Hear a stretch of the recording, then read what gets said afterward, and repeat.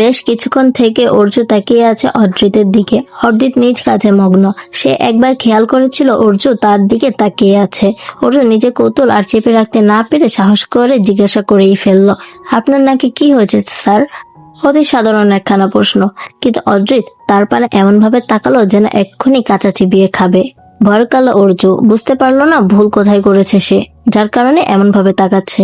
অদ্রিত ফোনের স্ক্রিনে একবার দেখে নিল নিজের মুখ। নাকের উপর ছোট ব্যান্ডেজ, চারপাশে লাল হয়ে আছে। সে বলল, তেমন কিছু না, নিজের কাজ করো। আবারও কাগজপত্র মুখ ডুবালো অদ্রিত। অর্জু সন্দেহ দৃষ্টিতে একবার তাকিয়ে নিজের কাজ শুরু করলো। কিছু সময় পেরানোর পর পার্টি অফিসে কয়েকটা ছেলেকে দেখতে পেল। অদ্রিত ভ্রু কুচকালো তাদেরকে দেখে। ছেলেগুলো বেশ ভীত হয়ে দাঁড়িয়ে আছে। অর্জু সময় ব্যয় না করে তাদের এখানে আসার কারণ জিজ্ঞাসা করলো। তাদের উত্তর শুনে রেগে হাত মুঠিবদ্ধ করলো অদ্রিত। অন্যদিকে সবেমাত্র একটা টিউশনি শেষ করে আরেকটাতে যাওয়ার প্রস্তুতি নিচ্ছে নাহার। কড়া রোদ মাথার উপর, কাঁধে ব্যাগ, আরো আধা ঘন্টা সময় আছে। পছন্দের সেই রেস্টুরেন্টে প্রবেশ করলো। সেখানে প্রায় সবাই তাকে চিনে।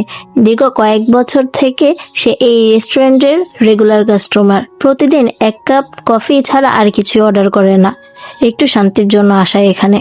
যে টেবিলটায় বসে নাহার, সেখানে আজ আরেকজন উপস্থিত হলো। মুখ ঘুরিয়ে বসে আছে লোকটি। নাহার বুঝতে পারলো না কে। এগিয়ে গেল। লোকটি ফিরল তার দিকে। অবাক হলেও স্বাভাবিকভাবে থাকলো নাহার।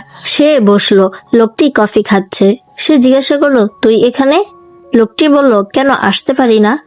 নাহার বলল, তা কেন পারবি না?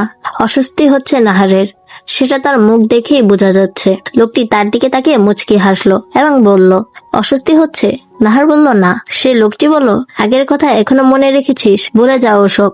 আশ্চর্য হলো নাহার। লোকটিকে ভালোভাবে পর্যবেক্ষণ করলো। পরিবর্তন হয়েছে। আগে চঞ্চল ছিল, এখন গম্ভীর হয়েছে লোকটি। মুখে দাঁড়িয়ে রেখেছে, কিন্তু কথার গভীরতা ঠিক আগের মতনই আছে। সেই লোকটি বলল, ওভাবে দেখছিস যে প্রেমে পড়ে যাবি। হেসে ফেলল নাহার।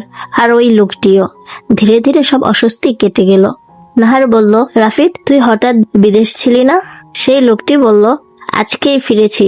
ভাবলাম প্রথম রিজেক্ট যার কাছে হয়েছে তার সাথে একটু দেখা করে আসি। ভাবা যায় যে রাফিদ চৌধুরীর জন্য পাগল মেয়েরা তাকে কোনো এক রমণী রিজেক্ট করেছে। গম্ভীর হলো নাহার। রাফিদ বলল, তো যার জন্য রিজেক্ট করেছিলি তাকে কি বিয়ে করে ফেলেছিস নিশ্চয়ই? চোখ ছোট ছোট করে ফেললো নাহার। রাফিদ প্রসঙ্গ পাল্টানোর চেষ্টা করলো। বুঝলো কথাগুলো বলা ঠিক হয়নি। কিছুক্ষণ নীরবতা। সময় লাগলো দুজনের স্বাভাবিক হতে। স্বাভাবিক হওয়া মাত্রই সেই ভার্সিটি লাইফে যেন দুজনেই ফিরে গেল। উচ্চস্বরে হাসাহাসি, মজা শুরু হলো। রেস্টুরেন্টে এতদিন নাহারকে যারা দেখেছে তারা অবাক হলো না, কারণ আগেও এদের এইভাবে দেখতো। মাঝে কি যে হলো, দুই বন্ধু আলাদা হয়ে গেল।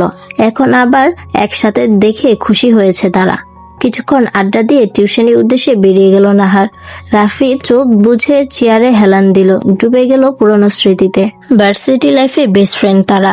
বন্ধুত্বের শুরু থেকে নাহারের প্রতি আলাদা অনুভূতি অনুভব করলো রাফিদ। প্রথমে বুঝতে না পারলেও পরে বুঝতে পারে এই নাহারকে ভালোবাসে সে। সময় অপচয় করেনি সে। জানিয়েছিল নাহারকে, এমনকি প্রপোজও করেছিল। সেদিন নাহার তাকে প্রথমবার জানিয়েছিল নাহারের ভালোবাসার মানুষ আছে। বন্ধুত্বের চির ধরেছিল তাদের। নাহার স্বাভাবিকই ছিল, তবে রাফিদ নিজে যোগাযোগ বন্ধ করেছিল নাহারের সাথে। পাড়ি দেয় বিদেশ। আজ 2 বছর পর ফিরেছে সে। ভেবেছিল তার উপর নাহার রেগে থাকবে, কিন্তু নাহার মেয়েটা তার সাথে স্বাভাবিক ব্যবহারই করলো। অন্যদিকে রাস্তায় হাঁটছে আর পুরনো কথা ভাবছে নাহার। রাফিদের সামনে স্বাভাবিক থাকলেও এখন যেন কেমন কষ্ট অনুভব হচ্ছে। মাথা চারা দিয়ে উঠল। রাফিদের কথাগুলো তার মাথায় ভাবছে। রাফিদ যে বলেছিল যার জন্য রিজেক্ট করেছিলি তাকে কি বিয়ে করেছিস? নাহারের বলতে ইচ্ছা করেছিল, তাকে আমি কাছে পেয়েও দূরে ঠেলে দিচ্ছি।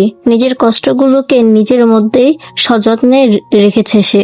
শরীফা বেগমের স্বামী আঞ্জুল সাহেব সহ থানায়। আঞ্জুল সাহেবকে দেখে মনে হচ্ছে তার বিন্দুমাত্র ইচ্ছে ছিল না ছেলেকে ছাড়ানোর।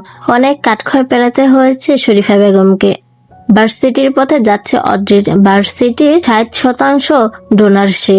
ছেলেগুলো এসে তাকে ভার্সিটিতে হওয়া কোনো এক ঝামেলার কথা বলেছিল। তখন থেকে রেগে আগুন।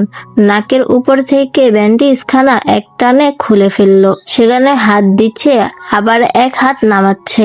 এভাবে তাকে কেউ দেখলে কি ভাববে? অবশ্য ভাবার কি আছে, মাস্ক দ্বারা আবৃত থাকে সে সব সময়।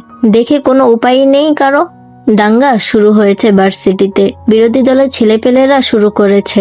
এত ছোট একটা বিষয় অড্রিতের যাওয়া কোনো মানেই হয় না, কিন্তু এবার সে নিজে যাচ্ছে। বেশ কয়েকবার এই ভার্সিটিতে দাঙ্গা হয়েছে, প্রতিবার দলের ছেলেরাই সামলেছে, কিন্তু কোনো সুরাহ হয়নি। আধা ঘন্টা লাগলো ভার্সিটিতে পৌঁছাতে। স্টুডেন্ট নেই বললে চলে, হয়তো তারা দাঙ্গা হওয়ার কারণে সরে গেছে। দুই দলে ছেলেপেলেরা শুধু আছে। আরো একজনকে দেখলো অদ্রিত, কিন্তু পাত্তা দিল না। লোকটা বোধহয় এতে রেগে গেল। প্রিন্সিপাল রুমে সে সহ লোকটি গেল। ইতিমধ্যে তাদের আগমনে মারপিট থেমে গেল। বিরোধী দলের নেতা রাফিয়াত চৌধুরী আর অদ্রিত সামনাসামনি বসলো। একে অপরের প্রতি তীক্ষ্ণ নজর তাদের। প্রিন্সিপালকে বিরক্ত দেখাচ্ছে, প্রতিবারে এইসবে মারাত্মক বিরক্ত তিনি। এক পর্যায়ে সবকিছু ঠিক করা হলো। এবার অদ্রিতের আগমনের কারণে সবাই একটু বেশি ভয় পেয়েছে। হুমকি দেওয়া হলো, কোনো স্টুডেন্ট যদি নেক্সট টাইম এইসবে জড়ায় তাহলে তাদের রাস্টিকেট করা হবে। গেটে গিয়ে আবারও মুখোমুখি হলো রাফিয়াত আর অদ্রিত। এক সময় বন্ধু ছিল তারা, এখন একে অপরের বিরোধী দলের দুই নেতা। একজন সফলতা পেয়ে শাসক হয়েছে, আরেকজন হেরে ব্যথা পাওয়া বাঘের ন্যায় হিংস্র হয়ে আছে। না, কোনো কথা হলো না তাদের মধ্যে, কিন্তু চোখে চোখে ঠিকই একে অপরের প্রতি হিংস্রতা প্রকাশ করলো। রাফিয়াত স্থান ত্যাগ করলো দলের ছেলেদের সাথে। অজিত গাড়িতে উঠতেই যাবে, তার আগে নজর গেল দূরে থাকা কোনো এক মেয়ের দিকে। থমকে দাঁড়ালো সে। মেয়েটার পরনে নীল ড্রেস, অদ্রিতে প্রিয় রং, বেনি সামনে রাখা। হঠাৎই বিট হয়ে উঠল অদ্রিতের চোখে। কি আশ্চর্য! ভয়হীন চোখে ভয়। সাধারণত কোনো কিছুর ভয়, নয়তো কাউকে হারানোর ভয়। ঝাঁকুনি দিয়ে উঠল তার পুরো শরীর। সাথে থাকা অর্জুন নজরও পড়ল দূরে।